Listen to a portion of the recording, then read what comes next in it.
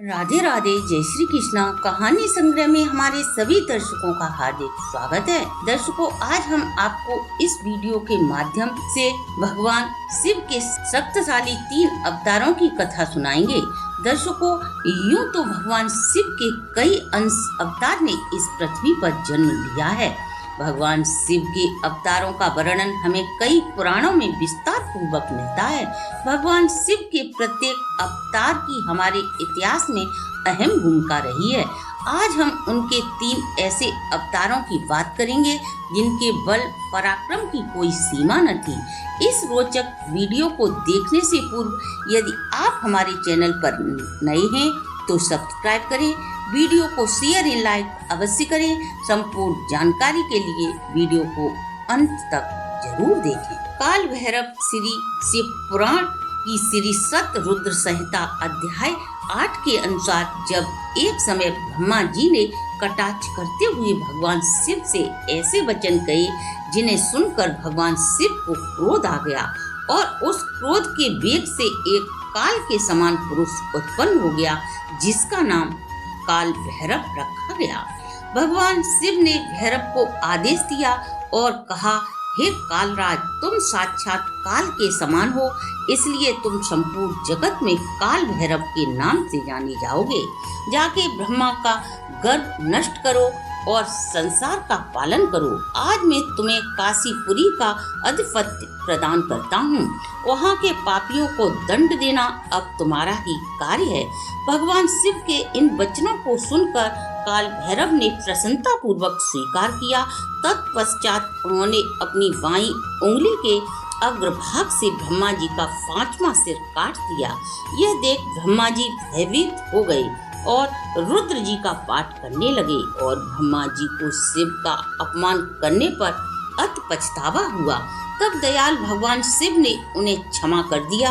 इसके बाद भगवान शिव ने काल भैरव को आज्ञा दी, सदा ब्रह्मा और विष्णु जी का सम्मान करें और पापियों को दंड प्रदान करें। दूसरा अवतार था भगवान शिव का वीरभद्र। माता सती ने जब अपने पिता दक्ष प्रजापति के यज्ञ में भगवान शिव का अपमान होने पर उन्होंने यज्ञ कुंड में अपना शरीर जलाकर भस्म कर दिया, उस समय भगवान शिव ने क्रोधित होकर दक्ष प्रजापति के यज्ञ को भंग करने का निश्चय कर उन्होंने क्रोध में आकर अपनी एक लट को जमीन पर फटक दिया, जिससे महाबली वीरभद्र उत्पन्न हुए और दूसरी जटा से भगवान शिव ने भद्रकाली को उत्पन्न किया जिनका रूप विकराल था। क्रोध में भरे भगवान शिव ने वीरभद्र और भद्रकाली को आज्ञा दी, शीघ्र ही जाकर दक्ष का यज्ञ भंग करो और दक्ष का मस्तक काट कर मेरे सामने लाओ। यदि कोई देवता, गंधर्व, यक्ष या अन्य कोई इसका सामना करने के लिए प्रस्तुत हो तो उसे भी भस्म कर डालो। तब शीघ्र ही भद्रकाली और वीरभद्र ने अपने भगवान शिव की आज्ञा पाते ही यज्ञ मंडप को तहस नहस करना आरंभ कर दिया। पहरेदारों ने जब उन्हें रोकने की कोशिश की तो सभी के सिर काट दिए गए।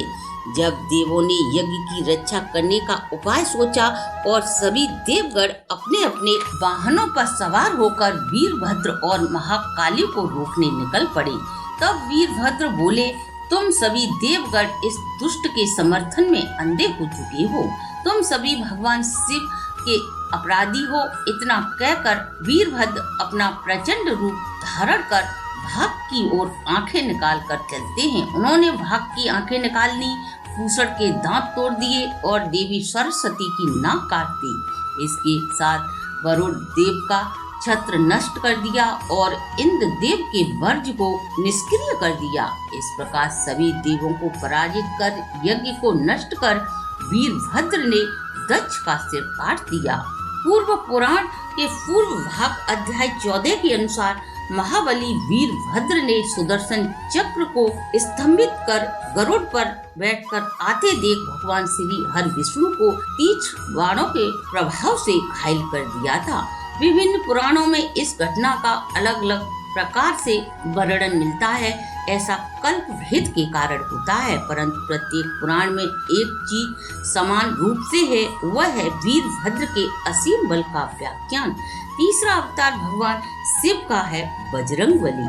भगवान राम के अश्वमेध यज्ञ के समय भगवान शिव और शत्रुघ्न के बीच युद्ध के दौरान शिव के द्वारा चलाए गए बाण से जब शत्रुघ्न घायल होकर पृथ्वी पर गिर पड़े, तब स्वयं हनुमान जी भगवान शिव से युद्ध करने पहुँचे। तब हनुमान जी ने भगवान शिव से कहा, रुद्र, आप राम भक्त का वध करने के लिए उद्यत होकर धर्म के प्रतिकूल आचरण कर रहे हो। मैंने खुद वैदिक ऋषियों के मुख से सुना है कि आप तो हर समय रघुनाथ जी के स्मरण में लीन रहते हो, परंतु वे सभी बातें झूठी साबित हुई, इसलिए मैं आपसे युद्ध करूंगा। तब भगवान शिव बोले, कपिश्रेष्ठ, तुम वीरों में प्रधान हो, तुमने जो सुना है वह सत्य है, परंतु मेरा भक्त वीरमणि अश्व को ले आया और फिर अश्व के रक्षक शत्रुघ्न के ऊपर चढ़ आए। वीरमणि की भक्ति से वशीभूत होकर मैं उनकी रक्षा के लिए आया हूँ, क्योंकि भक्ति का अपना अलग ही स्वरूप होता है। भगवान शिव के ऐसे कहते ही हनुमान जी ने एक बहुत विशाल पत्थर उठाया और भगवान शिव के रथ पर प्रहार कर रथ को चूर चूर कर दिया। रथ को चूर चूर होते देख नंदी दौड़कर आए और भगवान शिव से बोले, प्रभु, आप मेरे ऊपर सवार हो जाइए। यह देख हनुमान जी को और भी अधिक क्रोध आ जाता है और साल का एक वृक्ष उखाड़कर भगवान शिव की छाती पर दे मारा। उसकी चोट खाकर भगवान शिव ने एक तीखा शूल हाथ में लिया जिसकी 3 शिखाएं थीं। उस शूल को अपनी तरफ आते देख बजरंगबली ने बड़े ही वेग के साथ उस त्रिशूल को पकड़ लिया और उसे क्षण भर में ही तोड़ दिया। तब भगवान शिव ने शक्ति को हाथ में लिया और हनुमान जी पर छोड़ दिया। वह सीधे हनुमान जी के सीने में जा लगी। वे क्षण भर के लिए विहल हो उठे, परंतु उन्होंने शीघ्र ही एक बड़ा सा पत्थर उखाड़कर भगवान शिव के ऊपर फेंका। उसकी चोट लगते ही भगवान शिव के शरीर पर लिपटे नाग क्रोधित होकर फुसकारने लगे। इसके बाद भगवान शिव ने हनुमान जी पर मूसल से प्रहार किया। हनुमान जी ने उस प्रहार से अपने को बचा लिया।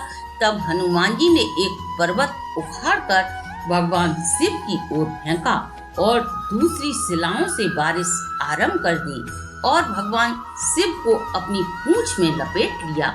इस कारण भगवान शिव हनुमान जी से प्रसन्न होकर बोले, सदा रघुनाथ जी की सेवा में रहने वाले कपि, तुम धन्य हो। आज तुमने महान पराक्रम मुझे दिखाया है। मुझे यह देख बहुत ही प्रसन्नता का अनुभव हो रहा है। हे वीर हनुमान, तुम कोई वर मांगो। इन बातों से ज्ञात होता है कि देवादिदेव महादेव शंकर को संतुष्ट करने वाले वीर हनुमान इतने शक्तिशाली थे। तो दर्शकों, ये थे भगवान शिव के 3 परम शक्तिशाली अवतार। अगर आपको हमारी प्रस्तुति अच्छी लगी हो तो आप हमारे चैनल को लाइक, सब्सक्राइब और शेयर करें।